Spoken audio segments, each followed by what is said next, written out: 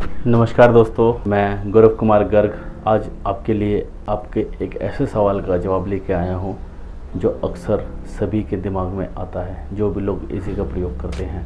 जैसे ही दोस्तों गर्मी प्रारंभ होती है, हम सभी अपने एसी को चलाने लगते हैं, लेकिन जब हम एसी के साथ पंखा चलाते हैं तो अक्सर हमारे दिमाग में सवाल आता है कि हम एसी के साथ पंखा चलाएं या ना चलाएं तो कितनी स्पीड में चलाएं, उसके फ़ायदे होंगे या नुकसान होंगे।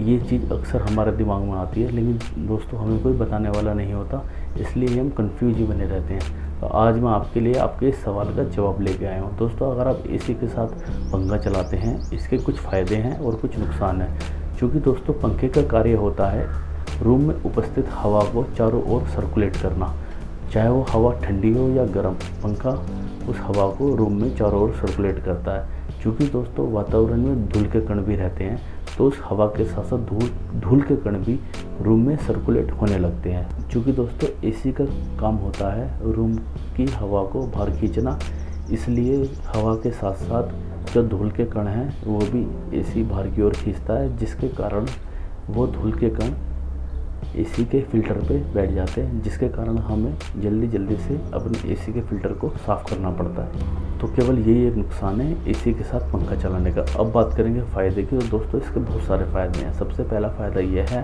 अगर आप एसी के साथ पंखा चलाते हैं तो पंखा रूम में उपस्थित हवा को प्रत्येक कोने में पहुंचा देता है, जिससे एसी की ठंडी हवा भी रूम के प्रत्येक कोने में पहुंच जाती है। इसलिए रूम के कोने में कहीं पर भी कोई भी बैठा हो उसको भी ठंडक का एहसास होता है और हम एसी का मज़ा उसको भी दे सकते हैं।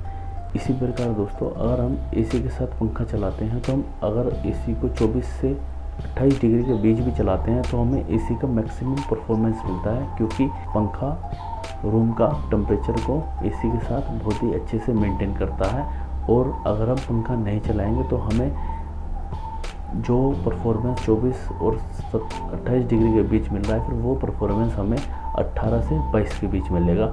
इससे हमारे एसी के कंप्रेसर पे लोड कम आता है, जिससे कि बिजली की हमें खपत कम होती है और हमारा बिल भी कम आने लगता है, जिसकी वजह से हमें एसी का लोड बिल्कुल भी महसूस नहीं होता।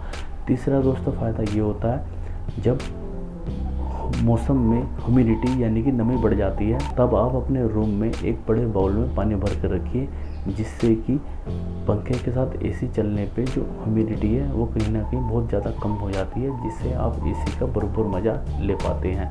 और अब बात आती है दोस्तों कि हम पंखे को स्लो चलाएं या तेज़ चलाएं। तो दोस्तों अगर आप एसी के साथ पंखा चला रहे हैं तो आप हमेशा उसको मीडियम स्पीड में ही रखें, इससे आपका एसी का मैक्सिमम परफॉर्मेंस आपको देखने के लिए मिल जाएगा। तो दोस्तों यही सारी बातें थी एसी के साथ पंखा चलाने से जुड़ी हुई।